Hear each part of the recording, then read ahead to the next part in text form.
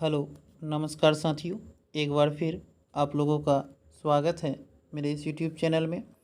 तो आज के इस वीडियो में हम लोग देखेंगे बिहार पुलिस एग्ज़ाम 2025 से संबंधित जीके और जीएस के कुछ महत्वपूर्ण प्रश्नों को। तो बिना देरी किए हुए चलते हैं आज के पहले प्रश्न की ओर। आज का पहला प्रश्न है, मनुष्य में वृक्क एक तंत्र का भाग है जो संबंधित है पोषण से, शोषण से, उत्सर्जन से या परिवहन से। तो इसका सही उत्तर होगा उत्सर्जन से। ऑप्शन सी इसका सही उत्तर होगा कि मनुष्य में वृक्क एक तंत्र का भाग है जो उत्सर्जन से संबंधित है। अगला प्रश्न है प्रश्न नंबर 2। प्रश्न नंबर 2 कह रहा है, निम्नलिखित में से कौन अदिश राशि है? वेग, विस्थापन, कार्य या बल। तो इसका सही उत्तर होगा कि कार्य जो है वह अदिश राशि है। ऑप्शन सी इसका सही उत्तर होगा कि कार्य अदिश राशि है। प्रश्न नंबर 3। प्रश्न नंबर 3 कह रहा है, प्रसिद्ध दांडी मार्च 1930 में गांधी जी ने कितने अनुयायियों के साथ यात्रा प्रारंभ की थी? तो 78। ऑप्शन बी इसका सही उत्तर होगा कि महात्मा गांधी ने दांडी मार्च यात्रा जो प्रारंभ किया था वह 78 अनुयायियों के साथ 1930 में प्रारंभ किया था। अगला प्रश्न है प्रश्न नंबर 4। प्रश्न नंबर 4 कह रहा है कि सोम प्रकाश नामक समाचार पत्र किसने शुरू किया था? सुरेंद्र नाथ बनर्जी, ईश्वरचंद्र विद्यासागर, दयानंद सरस्वती या राजा राम मोहन राय। इसका सही उत्तर होगा कि सोम प्रकाश नामक समाचार पत्र जो है वह ईश्वरचंद्र विद्यासागर के द्वारा शुरू किया गया था। ऑप्शन बी इसका सही उत्तर होगा कि ईश्वरचंद्र विद्यासागर के द्वारा सोम प्रकाश नामक समाचार पत्र शुरू किया गया था। चलते हैं प्रश्न नंबर 5 की ओर। प्रश्न नंबर 5 है, किसी राज्य में पंचायत के निर्वाचन की तिथि की घोषणा कौन करता है? भारत निर्वाचन आयोग, राज्य निर्वाचन आयोग, मुख्यमंत्री या इनमें से कोई नहीं। तो इसका सही उत्तर होगा कि किसी भी राज्य में पंचायत के निर्वाचन की तिथि जो है वह राज्य निर्वाचन आयोग के द्वारा घोषणा की जाती है। ऑप्शन बी इसका सही उत्तर होगा कि किसी भी राज्य में पंचायत के निर्वाचन की तिथि की घोषणा राज्य निर्वाचन आयोग के द्वारा की जाती है। ऑप्शन बी इस प्रश्न का सही उत्तर होगा। अगला प्रश्न है प्रश्न नंबर 6।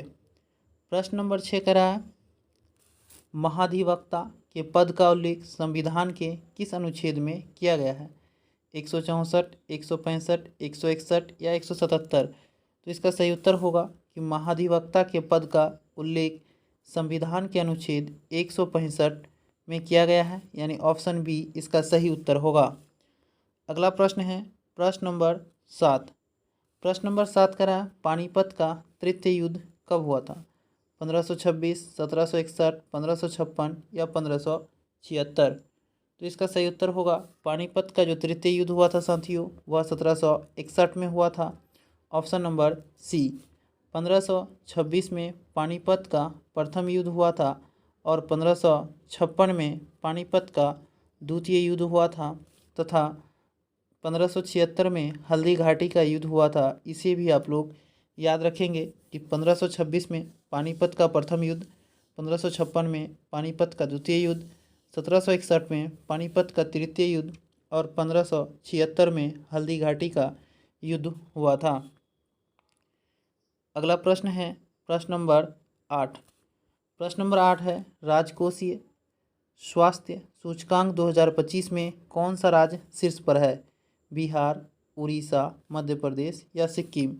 इसका सही उत्तर होगा कि राजकोषीय स्वास्थ्य सूचकांक 2025 में जो शीर्ष राज्य है वह उड़ीसा है। ऑप्शन बी इसका सही उत्तर होगा। उड़ीसा की राजधानी भुवनेश्वर है, इसे भी आप लोग याद रखेंगे। और उड़ीसा के मुख्यमंत्री मोहन चरण मांझी है, इसे भी साथियों आप लोग याद रखेंगे। राजकोषीय स्वास्थ्य सूचकांक जो तैयार करता है वह नीति आयोग के द्वारा इसे तैयार किया जाता है।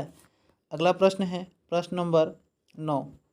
प्रश्न नंबर 9 करा है, न्यूटन के किस गति नियम के अनुसार क्रिया एवं प्रतिक्रिया का मान बराबर होता है? प्रथम गति नियम, द्वितीय गति नियम, तृतीय गति नियम या गुरुत्वाकर्षण का नियम? तो इसका सही उत्तर होगा कि न्यूटन के तृतीय नियम के अनुसार क्रिया एवं प्रतिक्रिया का मान बराबर होता है। ऑप्शन सी इसका सही उत्तर होगा कि न्यूटन के तृतीय गति के नियम के अनुसार क्रिया एवं प्रतिक्रिया का मान जो है वह बराबर होता है। अगला प्रश्न है प्रश्न नंबर 10। प्रश्न नंबर 10 है, भारत में पहली सूती कपड़ा मिल की स्थापना कब और कहाँ की गई थी? इसका सही उत्तर होगा 1854 मुंबई में। भारत में जो है पहली सूती कपड़ा मिल की स्थापना वर्ष 1854 में मुंबई में किया गया था। इसे भी आप लोग याद रखेंगे। अगला प्रश्न है प्रश्न नंबर 11। प्रश्न नंबर 11 कह रहा है, अकबर द्वारा दास प्रथा का अंत कब किया गया था? तो साथियों बताएंगे आप लोग इसका आंसर क्या होगा। तो इसका सही उत्तर होगा 1562 में। 1562 में अकबर ने दास प्रथा का अंत किया था।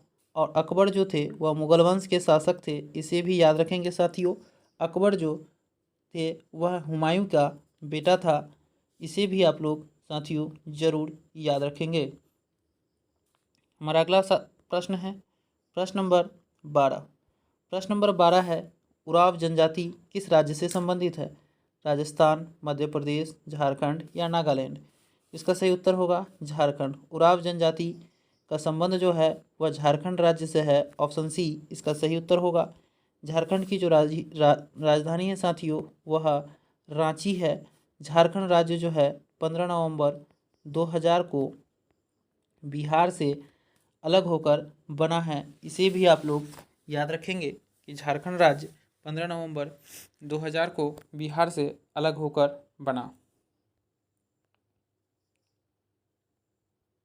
प्रश्न नंबर 13 है कि लॉर्ड विलियम बेंटिक भारत का गवर्नर जनरल किस चार्टर एक्ट के द्वारा बना?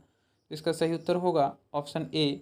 लॉर्ड विलियम बेंटिक जो है वह चार्टर एक्ट 1833 के तहत भारत का गवर्नर जनरल बना। ऑप्शन नंबर ए इसका सही उत्तर होगा। अगला प्रश्न है प्रश्न नंबर 14। प्रश्न नंबर 14 कह रहा है, टीटीकाका झील किस महाद्वीप पर स्थित है? एशिया, अफ्रीका, दक्षिण अमेरिका या उत्तरी अमेरिका? तो इसका सही उत्तर होगा साथियों कि टीटीकाका झील जो है वह दक्षिण अमेरिका महाद्वीप पर स्थित है।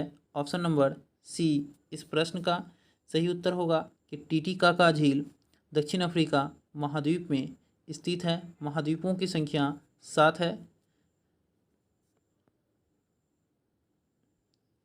प्रश्न नंबर 15 है, हाल ही में निम्नलिखित में से किस सरकार ने स्कूल चले हम अभियान 2025 का शुभारंभ किया है?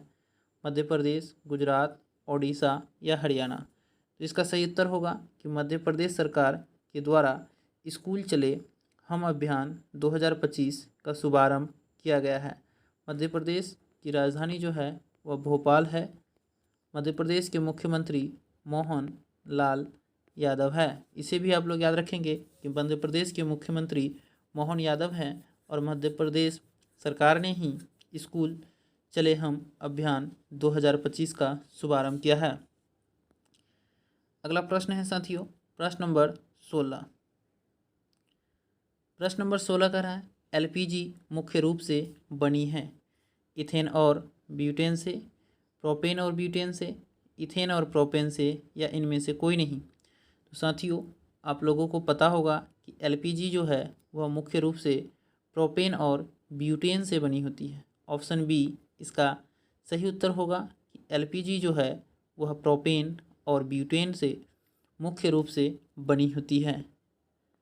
प्रश्न नंबर 17 है, कौन सा जल में घुलनशील विटामिन है? Vitamin A, vitamin C, vitamin D या विटामिन के? इसका सही उत्तर होगा कि जल में घुलनशील विटामिन जो है वह विटामिन सी है। ऑप्शन नंबर बी इस प्रश्न का सही उत्तर होगा कि विटामिन सी जो है वह जल में घुलनशील विटामिन है। प्रश्न नंबर 18 है, चंद्रमा की सतह पर गड्ढों को कहा जाता है? ज्वालामुखी, चट्टान, क्रेटर या पत्थर? तो इसका सही उत्तर होगा साथियों कि चंद्रमा की सतह पर गहरे गड्ढे को क्रेटर कहा जाता है। ऑप्शन सी इस प्रश्न का सही उत्तर होगा। चलते हैं प्रश्न नंबर 19 की ओर। प्रश्न नंबर 19 है, उत्तरी गोलार्ध में शीतकाल में सबसे छोटा दिन वर्ष की किस तारीख को होती है? तो इसका सही उत्तर होगा 22 दिसंबर। 22 दिसंबर को उत्तरी गोलार्ध में शीतकाल में सबसे छोटा दिन होता है तथा 21 जून को सबसे बड़ा दिन होता है। इसे भी आप लोग याद रखेंगे कि 21 जून को उत्तरी गोलार्ध में सबसे बड़ा दिन होता है तथा 22 दिसंबर को उत्तरी गोलार्ध में सबसे छोटा दिन होता है। 21 जून को ही साथियों विश्व योग दिवस के रूप में मनाया जाता है। आज का अंतिम प्रश्न है, प्रश्न नंबर 20 है, द फ्यूचर ऑफ इंडिया नामक पुस्तक के लेखक हैं? अमिताभ घोष, बिमल जालान, दीपक चोपड़ा, अनुराग माथुर? इसका सही उत्तर होगा साथियों कि द फ्यूचर ऑफ इंडिया नामक पुस्तक के लेखक जो हैं वह बिमल जालान हैं। ऑप्शन नंबर बी इस प्रश्न का सही उत्तर होगा कि द फ्यूचर ऑफ इंडिया नामक पुस्तक के लेखक बिमल जालान हैं। तो धन्यवाद साथियों, फिर मिलते हैं अगले वीडियो में, तब तक के लिए